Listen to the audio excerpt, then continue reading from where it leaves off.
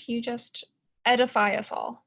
Wonderful. Well, thank you so much for the invitation. I'm very happy to be here today.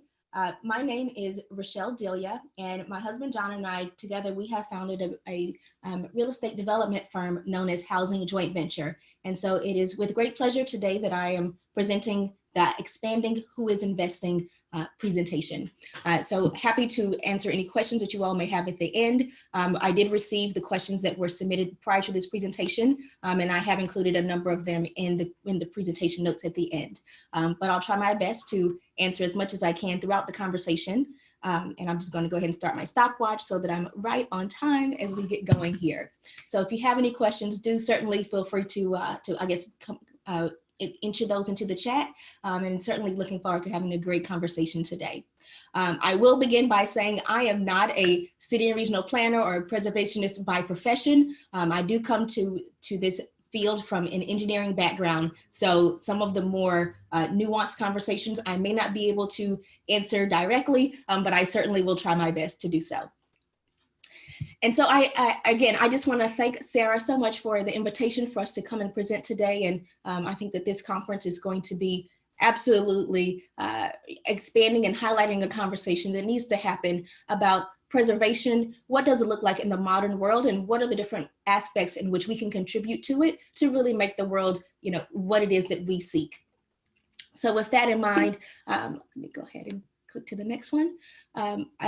We absolutely love this quote by Bill Gates. And it says that most people overestimate what they can do in 1 year. However, they underestimate what they can do in 10 years. And I think that this is such an excellent testament to how much ambition we may have, particularly as it comes to preservation, real estate development, and again, really bringing forward the built environment to the modern age, be that from a sustainability, environmental sustainability complex, financial sustainability, or any other aspect that we may be coming to this conversation with.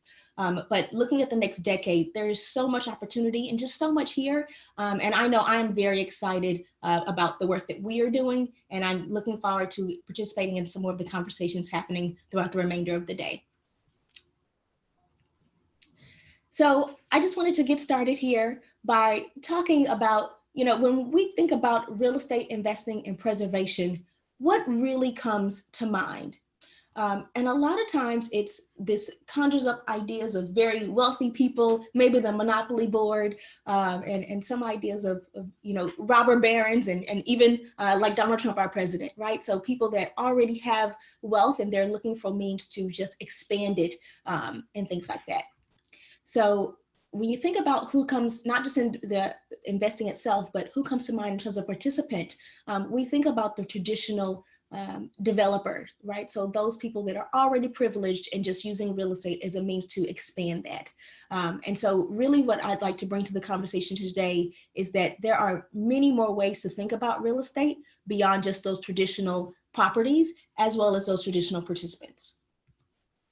And so when we think about traditional real estate investments, again, I like to always start with, something like elementary school, the who, what, when, where, and how, right? So when we think about who, we're thinking about people that are already wealthy, right? And these are people that are looking for real estate to maybe be a tax shelter or a means to grow their existing wealth, right? And their whole means for getting into it is a measure to diversify into some sort of long-term income generation, some sort of long-term intergeneration aspect from either business or liquid personal funds that they may already have. So they're already, at the highest end of the financial spectrum, and they're looking to just go to that next level of, let's say, nirvana, right? So in terms of Maslow's hierarchy of needs, they're already very much at the top, and there's nothing wrong with that. But that's certainly what is in the traditional mindset when it comes to real estate investing, right? Typically, people think that they can only get into real estate, when they're mid-career or later. And we tend to think of those tier 1 cities. So your New York's, your San Francisco, Los Angeles, Chicago's. So places that are desirable to live, as well as desirable from a vacation standpoint. So the places that have the beautiful portfolios, or maybe the coffee table booklet, right? And traditionally, we also think that real estate investing is reserved to bank financing or privately funded through the boys club only. So if you're not part of that old boys club, then you would not be a participant or able to even have access to deals or even part of the conversation at all, right? And so what does that mean? All this together means that real estate from a traditional standpoint can be very difficult to access. It can be very selective in terms of who gets to participate in the conversation. And because of that, the information is very siloed and controlled. And when things are siloed and controlled, they're not very transparent, and people really can't get an idea about how they can get entry into it. And so that is part of the allure, because it makes it that much more harder to obtain and that much more rare. And so anything that is rare is, has a certain level of desirability and a level of elusiveness, which I think is why real estate has this aura about it, like, oh, I've always wanted to get into real estate investing. But as we finish this conversation, I hope that we can get to the point where that conversation doesn't have to be as exclusive, but it can certainly bring a lot of opportunity for a lot of participants. With that in mind, real estate investing in a traditional sense is always thought to be very expensive, and it certainly has limited points of entry without having personalized guidance. So that means if someone is not showing you the way or giving you that mentorship, or part of that old boys club again, where you're my friend, and because you're my friend, I'm going to give you access to this deal or this opportunity, then you won't even be able to have a seat at the table, right? And so that is what traditional real estate investing is. And I think that most people kind of would go along with that narrative. And to put a nice little bow on it, essentially traditional real estate investing is reserved for elite persons that are already in the know. And if you're not elite, if you're not in the know, then it's not for you. So, but over the last 30 years, we've had a huge shift in our societal norms and a lot of the social trends. So one of the major ones is that minority and niche populations are demanding seats at the table from a professional standpoint, as well as from a capital and finance standpoint. And, members of society now, all people want to participate in all facets of business, commerce, as well as the capital markets, right? So women now are no longer working primarily in the home, they're working outside of the home. Our traditional nuclear family is certainly starting to degrade, if it has not already totally degraded. And just different things that we thought were part of the American narrative are no longer, or are certainly changing. And so what that means is there's systemic disruption of the status quo at scale. And so when you think about all the different facets of our lives, real estate investing as well as preservation has largely been overlooked or outside that conversation of how we can bring apart this new modern era with fresh participants and a fresh set of eyes. But that certainly is not able to continue for much longer, right? So more people want to have a seat at the table, have their voice heard, and really be included. One of the questions that we received touched on some ideas about redlining and really lending practices and really where investment has occurred in previous years. And that, if anything, is a testament to how real estate investing and preservation has been largely overlooked, because typically, if you're not one of the persons that are lending money, if you're not a part of the capital that is circulating, then you won't be able to dictate who receives it and who has access to those liquid funds. And so that's why some neighborhoods continue to flourish for many years versus others essentially are suffering from a lack of investment and a lack of interest and a lack of care, honestly, at scale. And the reason why this exists is there actually are a lot of challenges, and I know a lot of you are already familiar with the challenges that exist in real estate and preservation. And the thing about it is that these barriers, they exist for a reason. The thing about it is, as you know, finance and investments, they are very heavily regulated industries. You have to make sure that when someone is making an investment, that is both appropriate for the investor and that it will not cause any undue risks, Okay.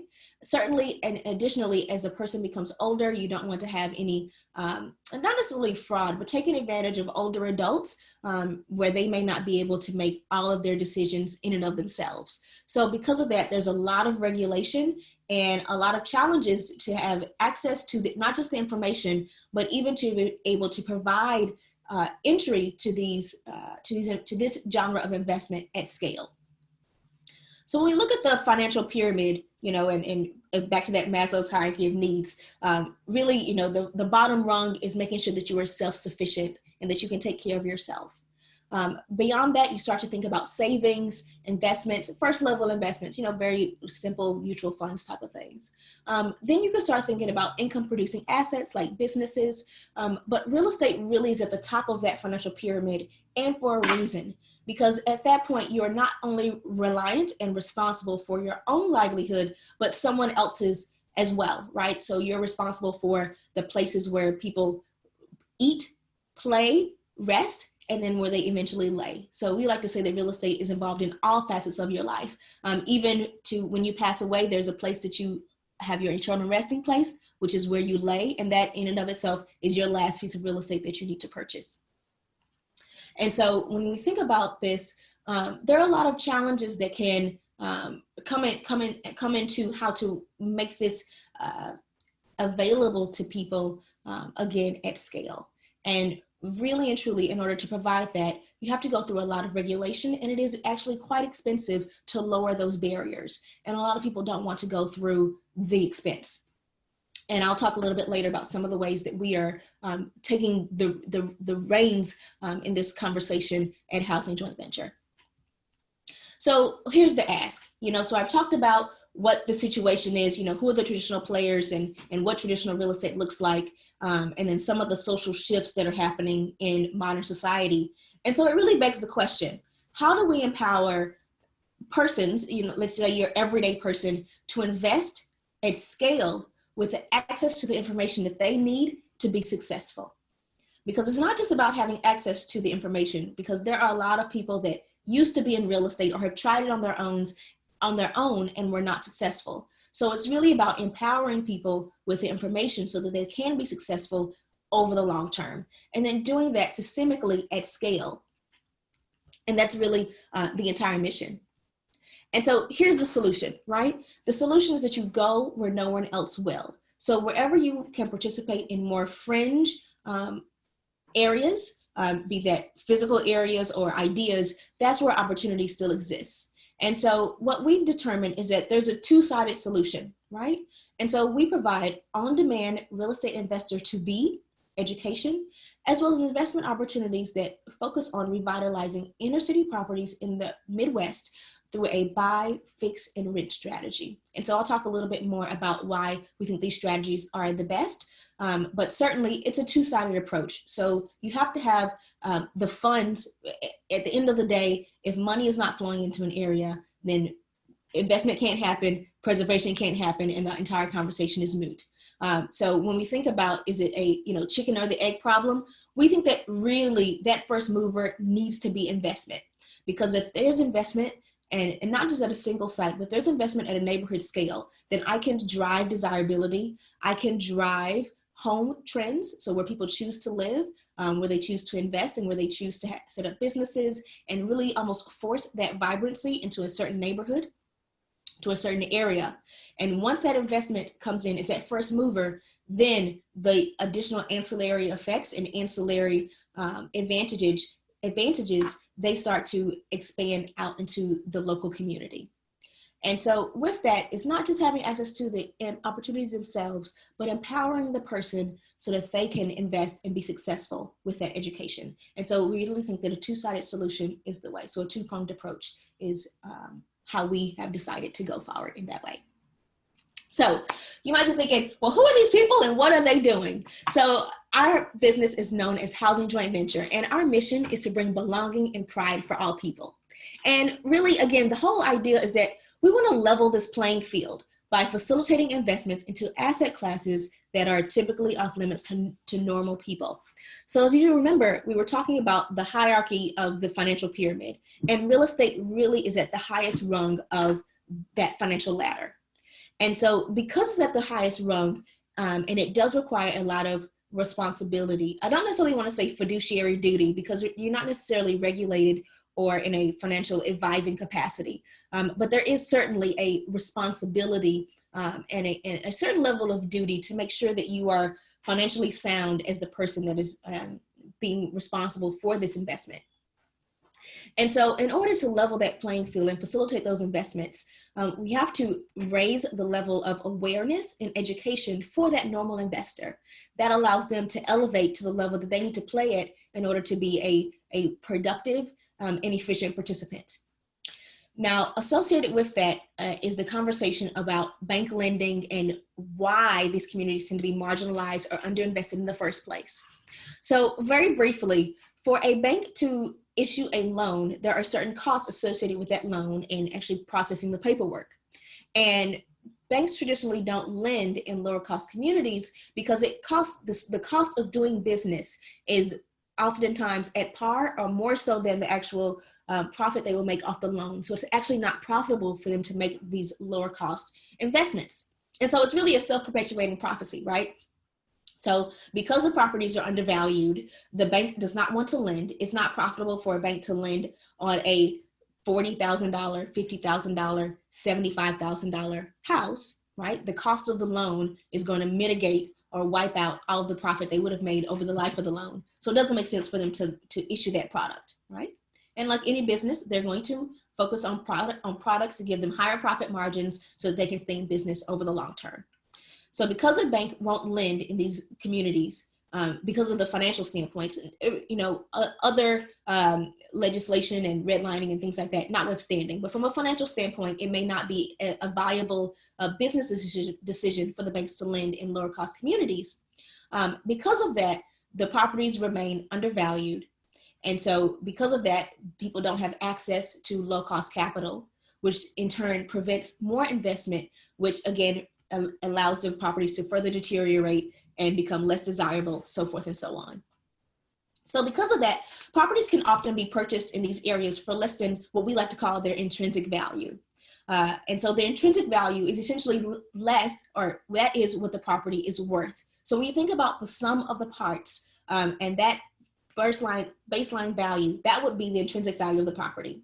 So as an example, if I'm buying a house, if I can purchase it for less than the cost of the 2x4s, the siding, the roofing shingles, the paint, the nails, and everything else that went into making that finished product, then I'm buying it for less than that intrinsic value. And therefore, you're already having an upside, right? There's already baked in profit or equity or opportunity from the purchase. And that's really where, from an investment standpoint, that's where you can be financially sustainable over the long term. Okay, so by focusing on these properties where you can purchase them for less than their worth, that allows that even after investment, the investors can receive strong returns while these previously underinvested neighborhoods, they gain a restoration of vibrancy, as well as residents gain a dignity and a sense of pride in their local environment, right? So like a lot of things, like attracts like, and as you start to have one catalyst for improvement, then other things start to happen as well. So one of the things that I think makes Housing Joint Venture particularly unique in our model is that we don't just focus on a single site. We focus on investing on a neighborhood scale. Because again, at that point, now I'm able to get a critical mass in a certain location. And that is what allows you to set your own comparables from a financial standpoint. And also you get a critical mass and people are now able to see with their own two eyes that there is actual good here, that change is actually happening. And now that is where you get new residents wanting to move in and a restoration of dignity and pride in the existing residents, be they homeowners or renters. So we like to call this our renting aspiration. So what does the future look like and how can we really change what the current conversation is about real estate investing and about preservation? And so if we can build a highly respected brand that has measurable impact, as well as consistent profitable revenue, fueled by technology, innovation, and software, then that allows us to build leadership within our organization, as well as having industry leaders, right? And so on a larger scale, that allows us to normalize the impact that real estate investing as a vertical can have and make it as easy and as simple and as transparent as trading stocks, right? No one is afraid of investing in Apple or Google, even if they actually don't have any fundamental understanding of the stock or the stock market. But because there's so much transparency and ease and even, dare I say, liquidity, it makes it easy and attractive to get in and actually get started. And so if we can make that same level of transparency for real estate and that same level of, wow, I see this is happening, I want to jump on board, then real estate will no longer be this something that's far out into the distant future, but it's something that feels attainable and desirable for the everyday person. And that's what we want, right? And so the end result is to create strong local financial economies, as well as obviously providing political activism and participation. And that will ultimately help the betterment of our overall culture and society. So it's really about using real estate as that initial first catalyst to really drive reverberations throughout the remainder of the economy, as well as how that society functions. So hopefully that makes sense, and I'd be happy to answer any questions about that. So a little bit about us. So as I mentioned, my husband, John, and I, we founded Housing Joint Venture, and our backgrounds actually coincided with real estate from the very beginning. You might be thinking, who is this lady and why is she talking to me? And, how does she even have the expertise to participate in this conversation? Well, I am, as I mentioned, I actually come from a science background, and I'm a chemical engineer by training. And funny enough, I studied and got my PhD in chemical engineering with a focus on material science. And when I finished, I went to work for a company known as Owens Corning. You may be familiar with them as the Pink Panther, or the company that makes the pink insulation that goes in walls and houses and things like that. And so essentially what that means is I became an expert in building materials. So all the different attributes and products that go into making a building. So be that a single family home, commercial building, so forth and so on. So from, again, shingles, the 2x4s, the insulation in the walls, the roofing products, and everything like that. And while I was there, I spent a lot of time, not just in product development, but also really understanding what were the drivers of development. Who are the people that are buying, truckloads of insulation? Who buys truckloads of roofing shingles? Developers do, right? And so if I could understand what was the driving force behind the purchase of these individual products, then I could get a better sense of what was going on in the broader landscape. And one of the things that I realized through my time there was, one, from a financial perspective, land costs were getting so out of control that it just didn't pencil out for developers, I'm talking large scale developers, to really build housing at a cost that will be that entry level price point for your traditional first time home buyer. So that's typically in the $80,000 to $150,000 price point. And because land costs were so expensive, it actually didn't pencil out, which is why you'll see a lot of new developments start at that entry level price point of $300,000 and above, right? And that's why. The other thing that I noticed is there is a push in some areas to have higher regulation in terms of the energy efficiency of buildings. However, there's almost a hollowing out of the political agenda. What I mean is, I may have a new piece of legislation and it may have been updated at the top to say 2020 version, but the body, the actual meat and potatoes of it is exactly the same as it was in 1995. And so you really weren't making a lot of progress on the environmental sustainability front, because people really didn't have a way to finance it at scale. And there just really wasn't a lot of interest at scale either. So when you think about that, you're like, okay, so developers are really developing further and further out to the suburbs where they can actually get the price points where it makes sense for them. Environmental sustainability, so that's financial sustainability. Environmental sustainability is facing a lot of headwinds, but we know that renovating an existing home or an existing building is much more environmentally sustainable than building from the ground up, because of a concept known as embodied energy or embodied carbon. So essentially what that means is, it takes me so much energy in the form of the electricity, the gas, the labor that I have to put into all the materials that go into a building, that it effectively takes 60 years for the building to come at par with how much energy it's taken to get it to that point. So it takes 60 years to, dare I say, work off the amount of embodied energy it took to build that building.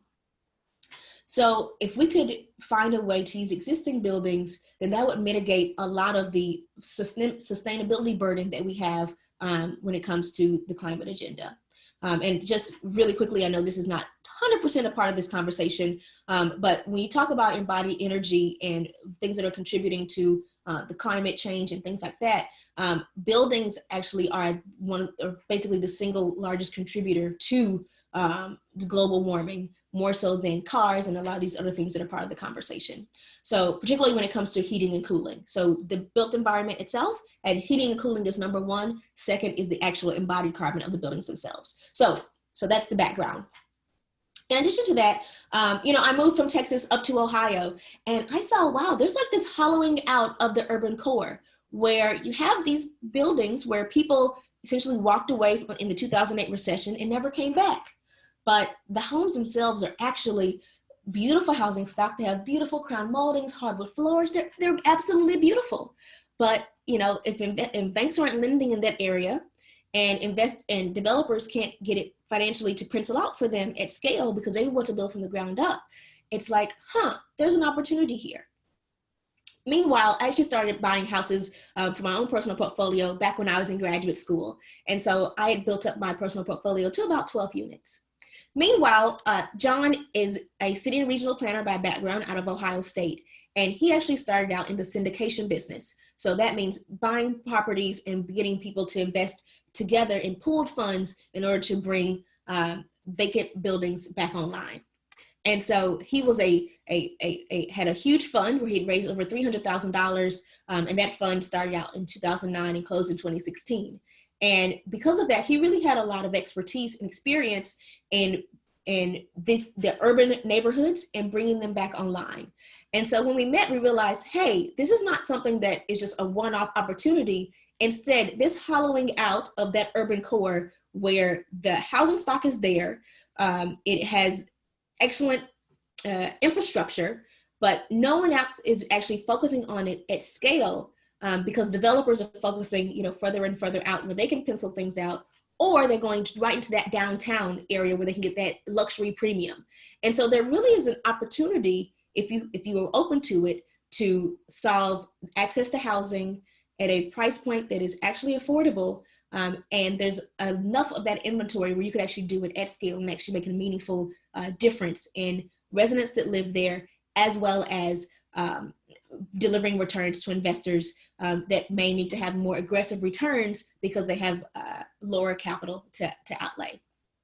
And so with that, that's how Housing Joint Venture was born. So we started employing this strategy in our own personal portfolio, and eventually it grew to valued at over $4 million today.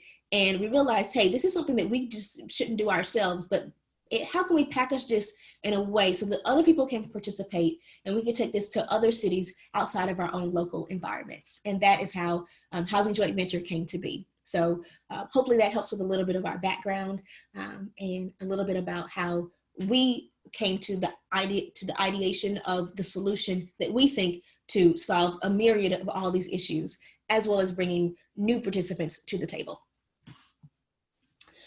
So when we think about one of the biggest headwinds outside of changing societal norms, it's affordable housing, right? It's part of our conversation. There are headlines around it all the time.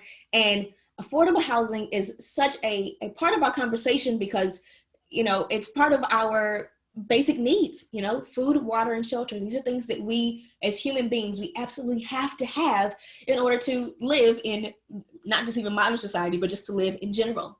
And, we really can't talk about addressing poverty and the systemic wealth gap unless we address the lack of affordable housing in cities in that urban core. And so Matthew Desmond really we think he was very right in making this quote.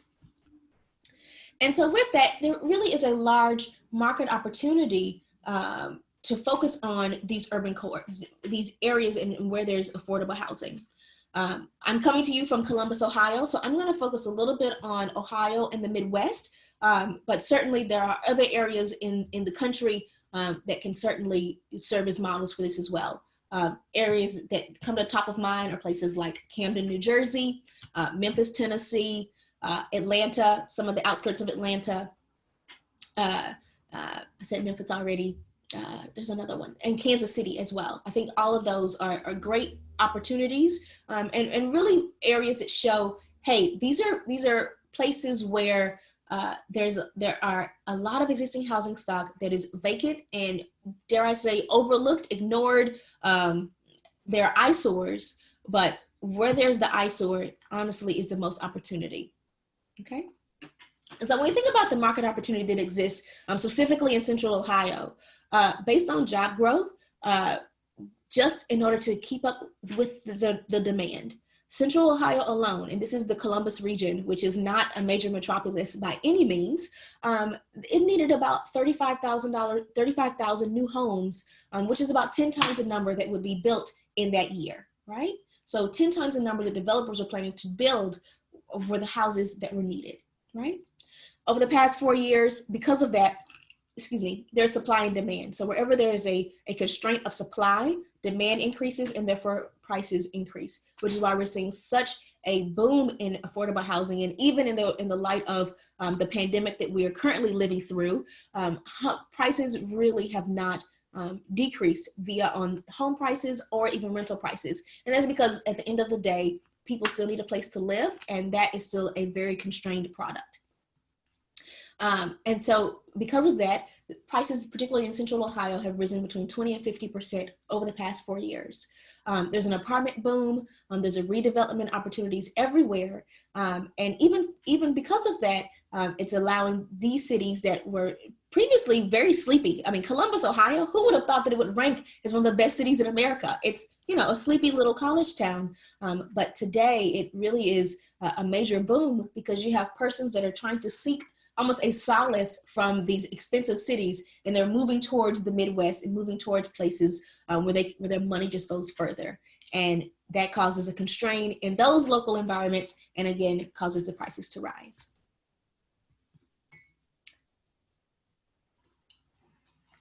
In addition to that, from the buying perspective, which we just mentioned, there's also a renter's perspective.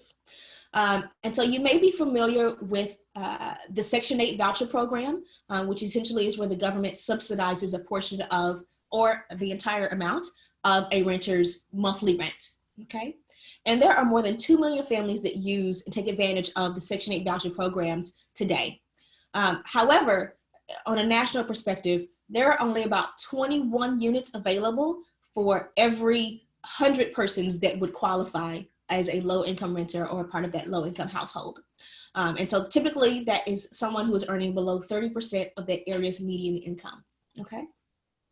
And then even with assistance, so even with housing providers that are willing to accept the vouchers, there's still only about 46 units available per 100 households. So that means that you have about 50% of households needing affordable housing that just don't have access to it because, again, of a lack of supply, right? So a lack of supply, a lack of, not necessarily, I don't want to say that housing providers are not necessarily willing to accept the vouchers, because at the end of the day, it is supply and demand, and they don't necessarily have to. But it's really about, if you have more product available on the market, that will ease some of the demands and cause those housing prices to level out and make it not so strenuous. And so it's really about, how can we add more availability, add more product to the market? Traditional developers from the ground up, they can't keep up with the demand anyway. So we really need to think of more creative solutions as well. And that, again, is where taking advantage of existing housing stock can really play a major role.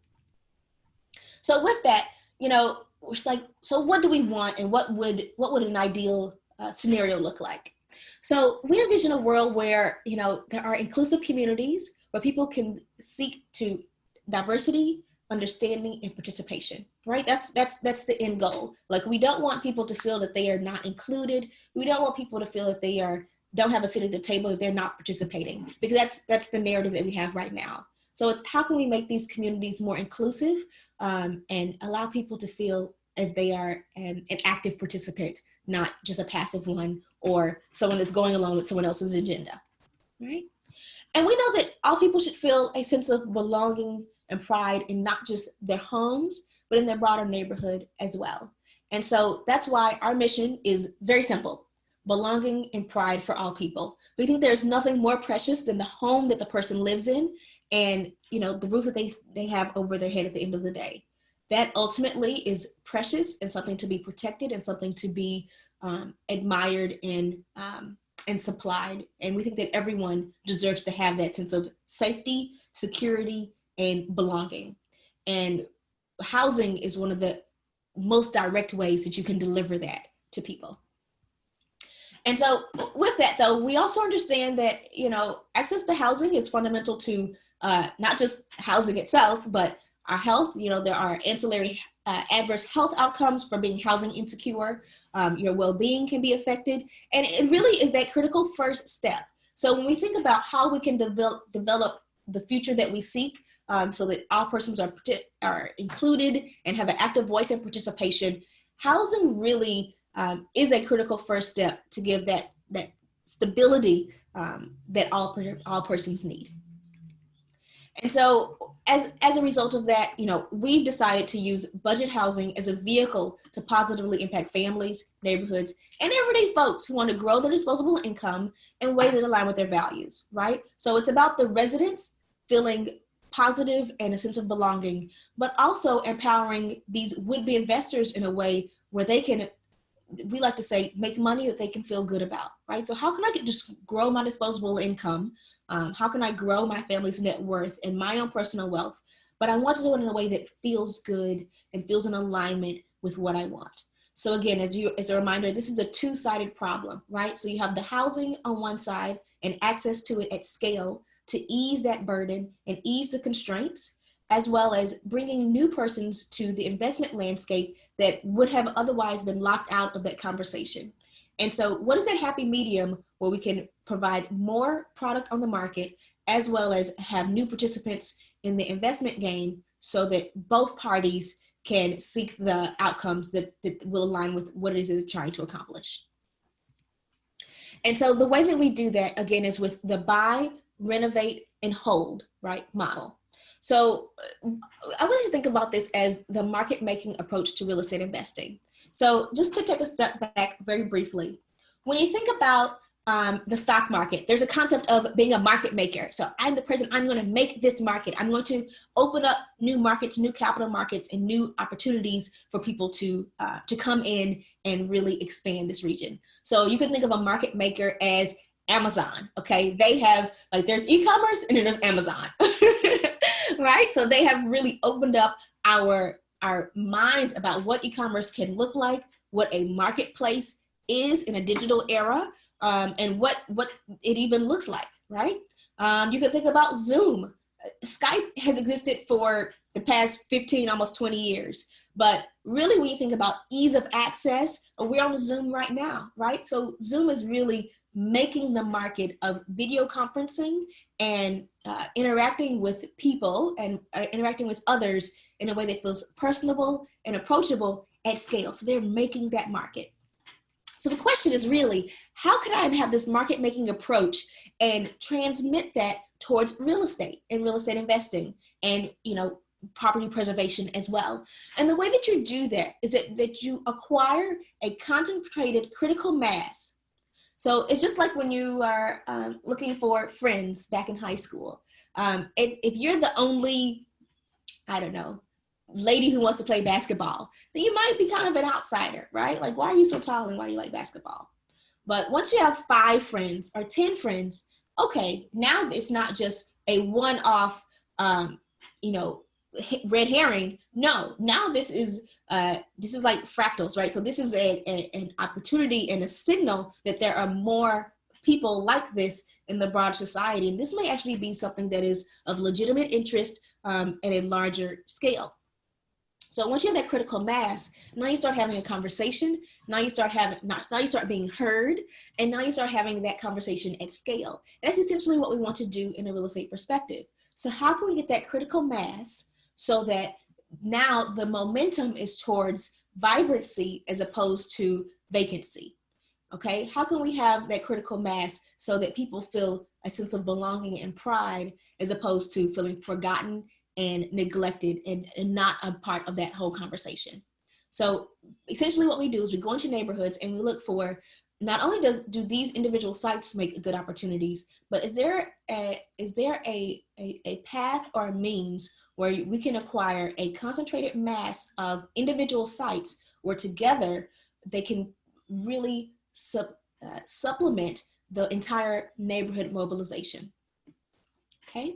Now, I did say that it's a buy, renovate, and hold model, not a buy, renovate, and sell model. And that is in particular because rent is the primary revenue generating mechanism and holding times for 5 years plus. Now, here's why. Gentrification, by definition, is not only bringing in a new source of residents or a new pool of people that may not have previously lived in that neighborhood, but it also brings in a higher socioeconomic status. And because they are of higher socioeconomic status, when properties trade, when a property is bought or sold, that now pegs the market at that higher price point. And that is where property taxes are based off of. And property taxes are something that affect everyone, whether they're a new resident or an existing resident. So essentially the way gentrification works is you start having a few properties that trade at higher prices. And because their value is now denominated at a higher price point or higher benchmark, now their property taxes increase. But you can't have just a silo of property tax increases. The whole neighborhood, the rising tide lifts all boats, right? So those property taxes begin to increase. And in the most severe cases, they increase to the point where the existing residents can no longer afford those property taxes. So even if they may own their home free and clear, they may want to stay, they can't literally afford to stay even if they own the home outright. So that is the ugly side of gentrification. So if we can have a buy, renovate, and hold or rent model, then we get that restoration of vibrancy, which is what everyone wants, but it does not displace the existing resident, right? Because unless you're doing something like, there are only certain renovations that require large-scale permits and things that would contribute to an increase in property taxes. So things like doing a room addition or replacing a roof or something like that. But smaller renovations really don't, right? Like they don't really, unless the property trades, it really doesn't increase the property taxes because nobody knows or cares. So what that does is that allows new persons to come in. You get that restoration of vibrancy, you get that new, that lifeblood, all the coolness that you want. But you're not displacing the existing residents, which is really the key.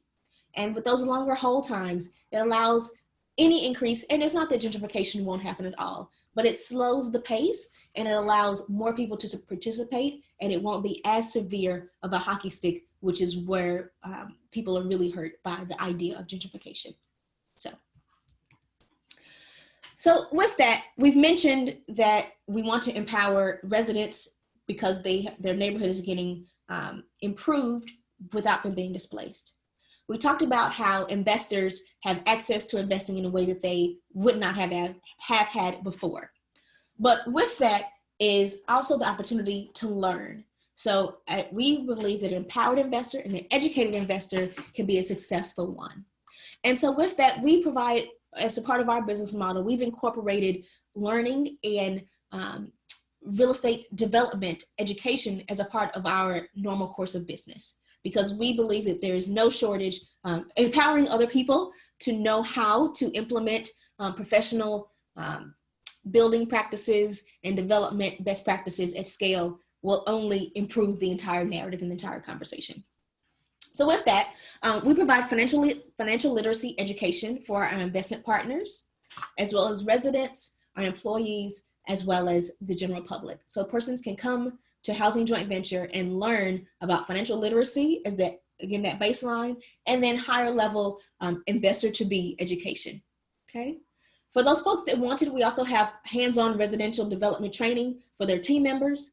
And then I did put an asterisk before COVID-19, we do typically have annual conferences in two places that we think are poster children for how this opportunity is, and that is Columbus, Ohio, and Detroit, Michigan. So again, we can educate the public on how we can alleviate the housing crisis through, again, we like to call either impact real estate investing or socially conscious real estate investing. And so again, so we do this by learning and then by living it. So again, we buy and refurbish residential properties and investment and apartment buildings in these Midwestern cities. This allows us to create attractive and reasonably priced rentals.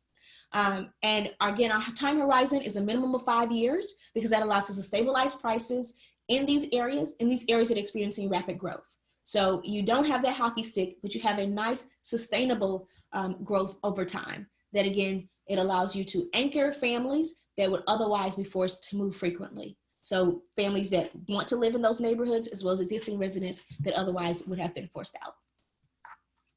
And then working, right? So one of the things that I think a lot of developers may not think about in their conversation is who is actually going to be living here. And work is such a ingrained part of our culture that we have to think about that. So we try to focus on housing that is within walking distance of access to public transportation, as well as we try to be a source employees that we use in our projects from the neighborhoods in which we develop, right? And so ideally, this all works together to dismantle barriers to work and not just accommodate those barriers. And then play. So we want to generate engaging gathering spaces where people with diverse backgrounds can come together and enjoy life's pleasures. So what that means in practice is that we look for development sites that have access to local parks and recreation, and we really try to incorporate beauty in mind wherever we can to brighten the neighborhood. So that is, how can we make the exterior of our buildings look nice? How can we plant flowers? Just do that additional extra step to show that we care and that we actually want to create that neighborhood effect. And so the end result is that people hopefully will thrive. So they'll gain both material and emotional wealth by investing in the neighborhoods that they care about. There are benefits to the families because they are now managing the finances together, and the communities can work collectively to participate and advance what matters most to them. And so this is a photo from one of our recent conferences. And so as you can see, well, even though we're focusing on the urban core, we really try to create an atmosphere where you feel good, right? It is still elegant. It is still, real estate is still something that you can do at higher levels, and again, to advance your wealth, but it can also be money that you feel good about making, and you don't have to have a thorn in your side thinking about it. All right, so I'm going to speed up here just a little bit because I think I have about a half hour left, and I do want to get to some of the questions that were submitted, as well as any additional questions as well. So very briefly, I did want to mention that a lot of our investors take a pledge, and this pledge, it has four parts, as you can see on the screen. It is to be intentional with their finances and investments, to be intentional about wealth creation, and to be intentional about their goals, and be intentional about their impact. And I think that is one of the most important parts about investing with heart, or socially conscious, or impact investing. I don't want to make this sound all woo-woo, because at the end of the day, it has to be financially sustainable. And so I don't want to miss that part. But there certainly is an undercurrent that development and developers can be greedy, not with the community's best interest. And so how can we change that narrative to say, I can be a participant, but I don't necessarily have to do it in a way that is incongruent with my values. I can do this in a way that feels good, that feels congruent, and feels like I'm making positive impact. And so these are some of our bold goals in the next decade. We want to increase up to 250 buildings. We want to impact over 1,000 renter families. We want to empower over 1,000 investors. We want to have people that are coming into our subscriptions and our membership model to really build that community over 1,000. We want to have $1 million in recurring revenue. That means that that $1 million of families that are being able to live in places they want. And because of all the impact that we're bringing from a financial standpoint, this should bring about 25 million of net asset value. So because you're doing good, you should also be able to profit, and it should show in how well those assets are performing as well. So we are certainly proponents of that. So just to be very clear about the geographies that we play, and these are just simply because these are geographies where we know that we can get these cities at scale, right? So that is going to be Detroit, Dayton, Camden, Savannah. We again focus on coursework as well as raising a fund to really advance this narrative, and focusing on empowering investor owners as well as developers, and really targeting mass affluent millennials to encourage them to enter into real estate as opposed to persons that are already post mid-career, bringing that age bracket up some so that they can feel that they can participate earlier in their career. And so the way that we do that is that we galvanize the conversation around impact investing and that mission-driven niche, right? And again, our competitive advantage is that we've built wealth for ourselves by showing our proven path. And so we can have this experience to pass it on to our aspiring peers. So I just want to show you a little bit about some of the ways that we present this narrative. And it's really about, again, changing who is normally thought about as an investor. And so one of our campaigns is the I Am campaign. So you'll see a variety of very diverse faces. You'll see men and women. You'll see persons of different ages, older adults, younger adults, and really positive, affirmative adjectives to describe them. So I'm exuberant, I'm resourceful, right? I'm inventive, I'm adaptive, I'm intuitive. So all of these very positive affirmations that really say, yes, I am an investor. And because I'm an investor, that means I'm intuitive in how I spend my money. I'm adaptive, I'm inventive. I'm not evil, bad person. No, I am doing good and I'm using my money to progress my mission and my own personal values. So again, I am an impact investor. This is who I am and this is what I'm doing. So hopefully this helps visualize the narrative even more. Okay. So really quickly, I will go over, I think I've mentioned our products a few times, but just again, we have our annual conference, which really it's about bringing that engagement and community for the investors as well as so we focused a lot on bringing it for the residents, but investors need to have that community as well. Unfortunately, this has been postponed with COVID-19. It was scheduled for August. So we're looking at ways that we can still bring that community through our membership site online, even though we are not able to meet in person at this time. And then again, with our on-demand education for investors. So just so that you have a full idea of all the different ways in which we help investors and investors to be. So those that want to invest in residential real estate, those that want to do apartments, there are some persons that really want to focus on the construction side, so we have a boot camp for them. Others, they want to know more about property management. And then there are other people that are more on the altruistic idea of how can I build generational wealth for my family? So not as focused on the product itself, but more about the theory and the ideology behind wealth building and using real estate as a tool in their arsenal. And then we also have the done for you model, which, some people don't want to be as hands-on, and that's okay. And so they can just participate in some of the projects that we have. And one of those is a fund that we are raising in Detroit. So very briefly, I wanted to show a case study of one of the properties that we've completed in Columbus, Ohio. So this is a Whittier Street property. It's a very small house. Excuse me. That we purchased in 2017. And this is a property that we bought just for our personal portfolio. And then this was part of the time where we transitioned to housing joint venture and persons were able to invest in this property. This was one of the first ones that was a full life cycle and a total success. So you'll see on the right-hand side, you'll see a map of just how close this property is to downtown. And it is very close. It's right on one of the major streets. So it's right on the major thoroughfare. So there's excellent access to public transit. Literally just outside the property to the right-hand side was a bus stop. So it really was great access for the residents there. This particular home was 2-bed, 1 bathroom, just over 1,000 square feet. This is Columbus, Ohio, and this is an excellent testament to how you can buy a property for less than its intrinsic value. This property was purchased for $5,000. That's not the down payment, that's the entire cost, like all of it, which is crazy. We did put $34,000 into the property, so total $39,000 investment. with a total price at the end of $79,000 value, and then an equity of about $40,000. So we were able to gross just over $9,600 per year in income from this property with an annual rate of return of 24.6%. So the investors that invested in this property, obviously we have to make sure that the property is profitable. So we paid out the investors, I think around 10 or 11%. So that allowed the investors to get a very healthy return on their money and the property to be profitable and be able to perform, all the things that property owners need to be able to perform for their residents.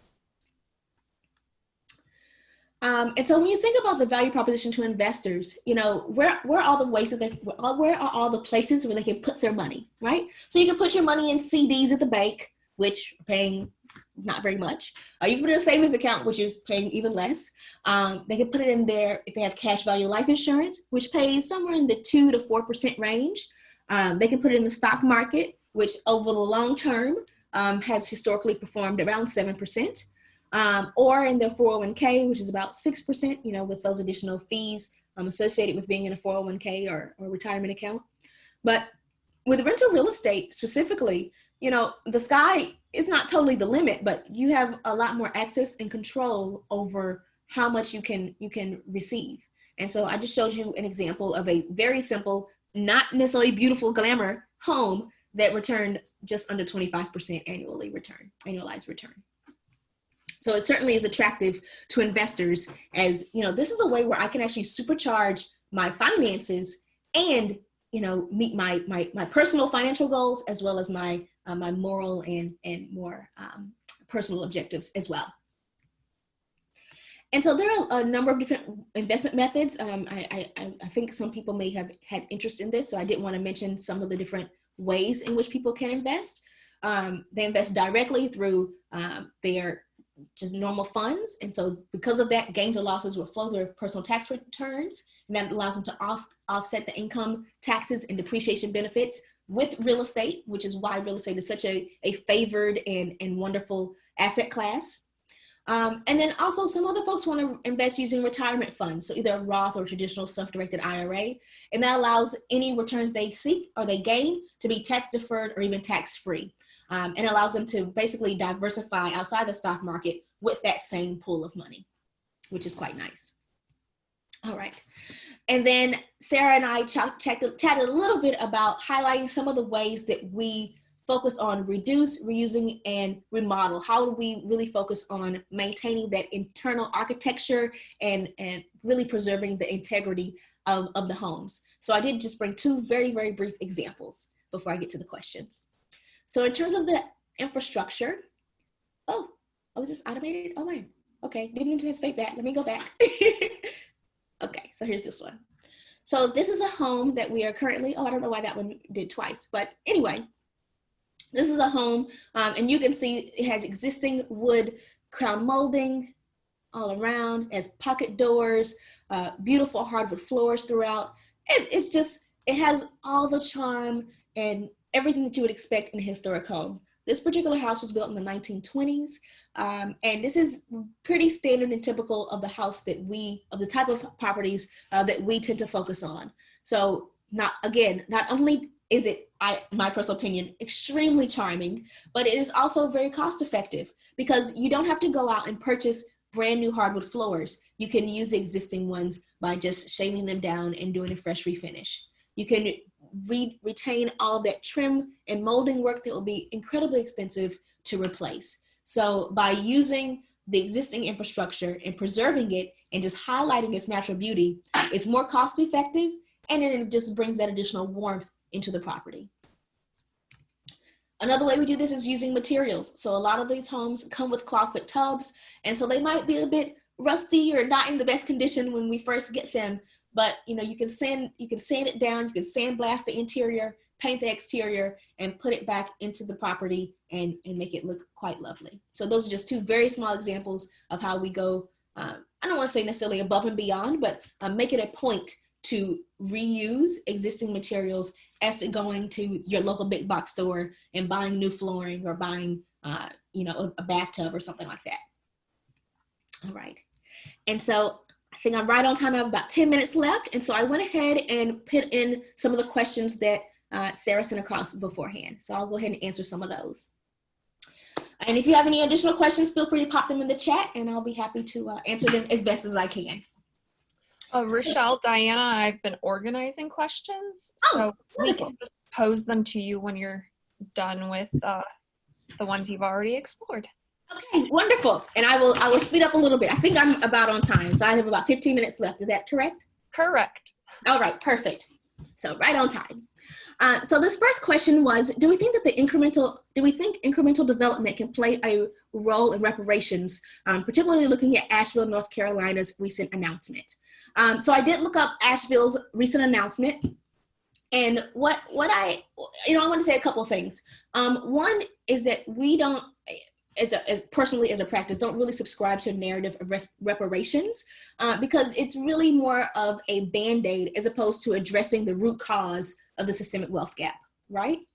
I applaud Asheville for what they have done. It really seemed to be, to me, more of a public apology and a promise to work on it. It was more like, we're going to look into these initiatives. We're going to, generate a task force type of thing. But I did not see any concrete initiatives of, I'm going to implement XYZ program for businesses or to incentivize homeownership in these very specific concrete ways.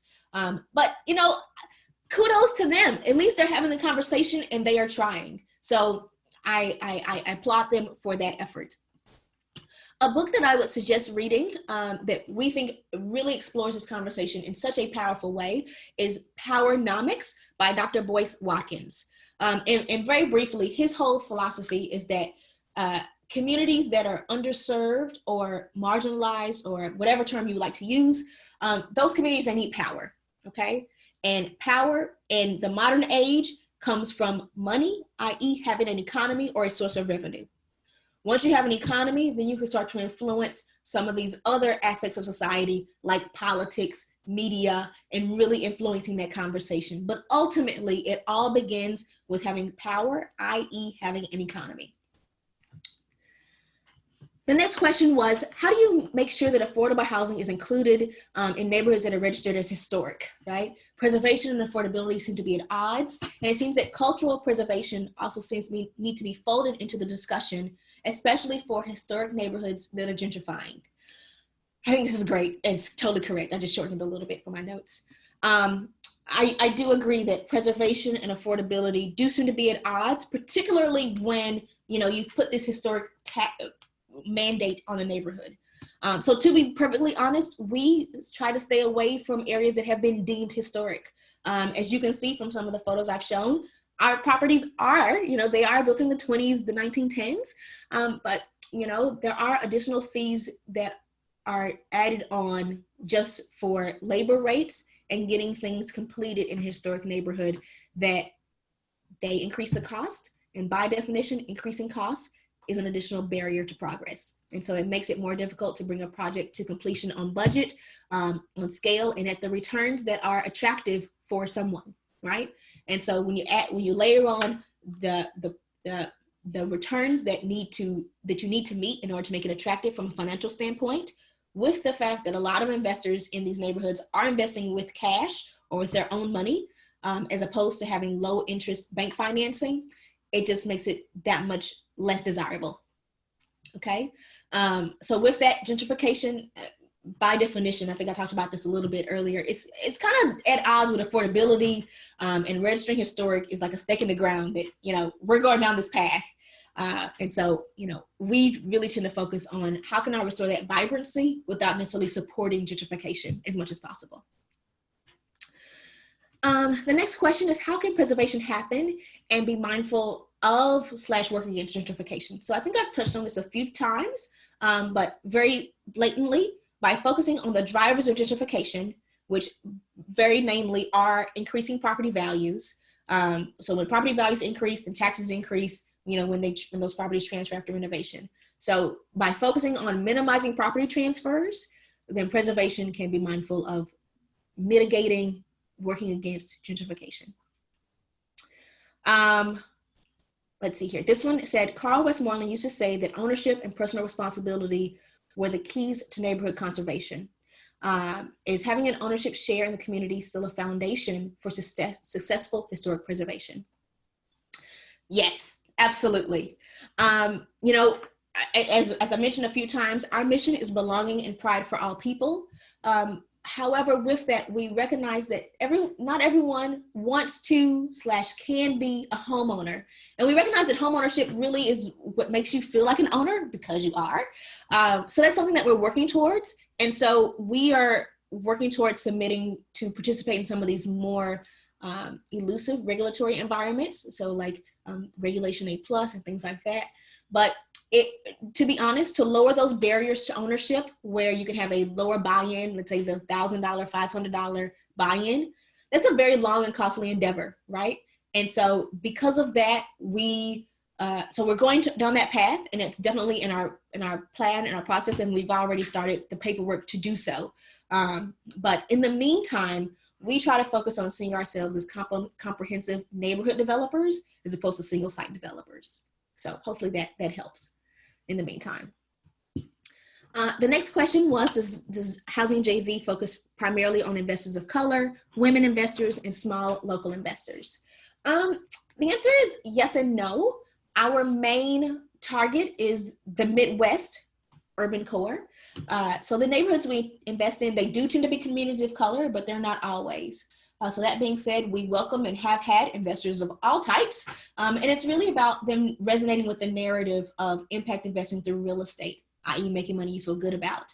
That being said, the majority of our investors and clients and customers are mid-career professionals. They do tend to be professionals of color that are looking to make their first real estate investment, but not exclusively. So hopefully that helps. I think, so this one says, what kinds of organizations, for-profit and nonprofit, have been successful in investing in historic or not yet historic neighborhoods, especially in regards to affordable housing? So here's the thing. The idea about affordable housing, it comes with this stigma of NIMBYism, so not in my backyard. And we focus more on reworking and changing that narrative around that housing type in general. So we try to call it budget friendly, because everyone has a budget, even if it's lower, right? The other thing that we want to mention is that about 95% of owners, like property owners, they own 1 unit or less. So most landlords are not like, oh my goodness, super crazy, scary people. So the big boys are really in the top 5% of owners. So some people that we can point you to, if you would like to look them up, KBK Enterprises. They're doing very good work in Louisiana, Pittsburgh, and Los Angeles, just to name a few. Next question. How do you work with landlords, to invest in community revitalization? So thank you for this question. We are your landlord / slum, and I think I really love this question because it, as I mentioned here in my notes, it really points to this othering narrative around landlords and property owners. It is our opinion, and honestly, landlording is the original social entrepreneurship, social enterprise. So if you think about it, a landlord by definition says, I am not only taking care of my own family and my own livelihood, but I'm putting my life on the line, my livelihood on the line, so to speak, to take care of another person's. So I'm not just taking care of my house and my household, but I'm preparing a house for someone else who, for whatever reason, can't afford, doesn't want to, whatever, own their own home. So to me, I don't think that the term slumlord is fair. I don't think that it is appropriate, and I think that it really is a narrative that I would suggest it be changed. The reason why a lot of people are called slumlords is, again, because the neighborhood in general is one where you would call it the slum. And as I've mentioned a few times, it's really not because the slumlord made it that way. It's because banks are not lending in those areas, which means capital is tight and not liquid and is not easy to access. And when money is not easy to access, then I have to be much more cognizant about how I spend it, because I'm not sure I'm able to recoup it. Because at the end of the day, this is an investment. So we, again, take a countercultural approach of being a market maker, of stabilizing properties at scale as opposed to a single site. And so that allows us to confidently transform the slum into something desirable. So hopefully that helps. The next question is, there's there's a severe imbalance of power in renters and owners in housing. Any value created in housing or an investment in real estate may enrich the owners, but won't help renters themselves or protect them. How do you track at all how affordable things stay for this group long-term, in the long run, after the projects are completed? So again, you know, this may not be a popular reply. And I think that this is a very narrow lens to view development in, especially conscious development, where by definition, you know, that money is first mover money. Here's the thing. We are all adults. No one forces someone to live in a certain property. Residents make a choice where they live. Now, I understand that there are financial reasons why someone won't move if they are in a negative situation. At the same time, we all have a shared responsibility, okay? And so I don't think that it's an imbalance of power. I think it's a shared responsibility that no one wants to acknowledge. You know, to go to a restaurant and to dine and dash is a travesty. Like, you would never do that. That's so terrible. But yet there's an idea that there's an entitlement to live in a property without paying an agreed upon price, and things like that. If you don't like the price, then don't live there. You can move somewhere else. You don't have to live in the city center. You have options, you have choices. You don't have to live in San Francisco, okay? You can move to Chicago, you can move to other places. And again, I understand that there are financial barriers that will prevent someone from moving in extreme circumstances. So I don't want to be callous at all. But there is certainly a responsibility on both sides. And I just want to temper our victimization of residents. And they are adults, they are human beings, they are adults who decided to enter into an agreement and live in a place. In terms of how affordable things stay, or the ancillary effects of an investment, that investment by definition not only helps that property, but it helps the neighborhood. Here are the reasons why. The vacant eyesores are mitigated. Buildings that may have been dangerous or open are now occupied. And new residents, whenever you move to a new area, you take interest in, and you are moving into an area of the city that is otherwise forgotten. All those are positive benefits for the existing resident.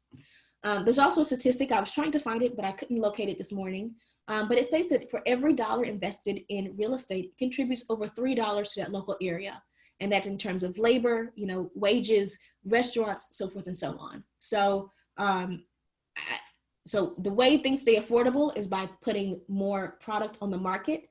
But I don't want to perpetuate this victimization of residents. They are adults. They entered into a contractual agreement, and I think they should have to abide by those things. The next question, oh, sorry, I got a few. I think I'm taking too long. Sorry, Sarah. Rochelle, this will be our last question, but I'll go ahead and reiterate to everybody who's in attendance here. We have their contact information in that Google Doc, and if not, then the contact information will be reiterated in the email that goes out tomorrow. So you can keep this conversation going with Rochelle. It doesn't stop. Please, absolutely, please do. So yes, there were a lot of questions. I should have shortened my comments because the questions were longer. I didn't think it was going to take me this long to get through them all. The next question was, what are the tools for neighborhood residents that have few resources to become developers? The main two tools are leadership and capacity building. The thing that's most important is that information is siloed, and so that makes it difficult to progress. And so because of that, outside of leadership, you know, showing that you're going to lead and really try to make change and build capacity in that local environment, is that, again, really making sure you have access to that information. And so that, again, is one of the reasons why we've incorporated education and ingrained it into our business model. So in terms of a curriculum, so that an everyday person can mimic and adopt the best practices from a professional's efforts. So thank you so much, everyone. As Sarah said, that would be the last question. So sorry I didn't have the time to entertain any additional ones, but I certainly welcome the opportunity to continue this conversation going forward. I'm really appreciative for the opportunity to share some of our thoughts around real estate, expanding the narrative of who can participate in real estate and preservation, and what it can look like on on a more attainable level, be that smaller dollar amounts, smaller property sizes, and even changing the narrative of who that investor can be they younger, persons of color, women, so forth and so on. So with that, thank you so much, Sarah, for the invitation. It has been my absolute pleasure, and I look forward to not only witnessing the remainder of the conversations today, but continuing the conversation going forward. And Sarah said that she'll put my information in the email tomorrow, but you can certainly reach out at housingjv.com. I am Rochelle, that's RICHELLE, at housingjv.com, and you can reach out to me there directly as well. Thanks so much, Rochelle. In 15 minutes will be the implicit bias in preservation conversation. Look forward to seeing you all there. Have a great day. Perfect. Thank you so much.